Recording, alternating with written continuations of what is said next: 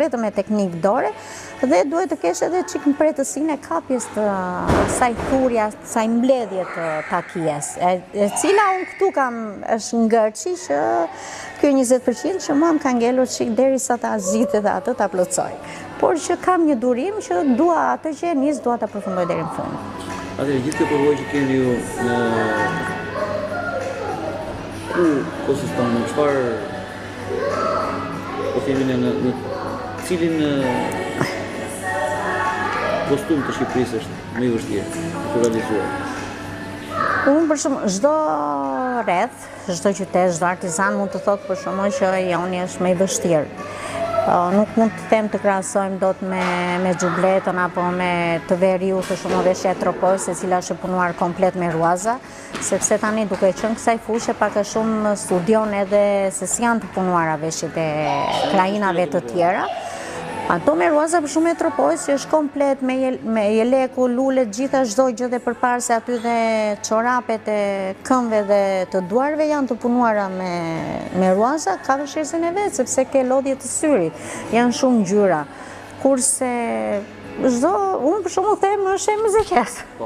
Pavarësisht sepse ka mund të ketë më thjeshtësi, por që çdo njeri thotë që për mua kjo më është më e vështirë. Nuk i futem do teknikave të tjerëve, sepse jam fokusuar gjithmonë vetëm te veshja muzikare.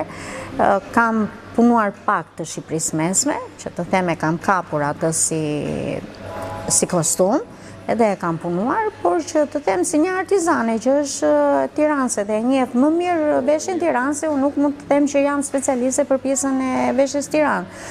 Sepse ajo punon tërkohës veshjen e Tiranës ashtu siç punoj unë dhe unë për shkakun nuk e lejoj atë që të bëj deformim tek veshja ime muzikesh, ashtu si nuk më lejon edhe ajo mua tek veshja jon.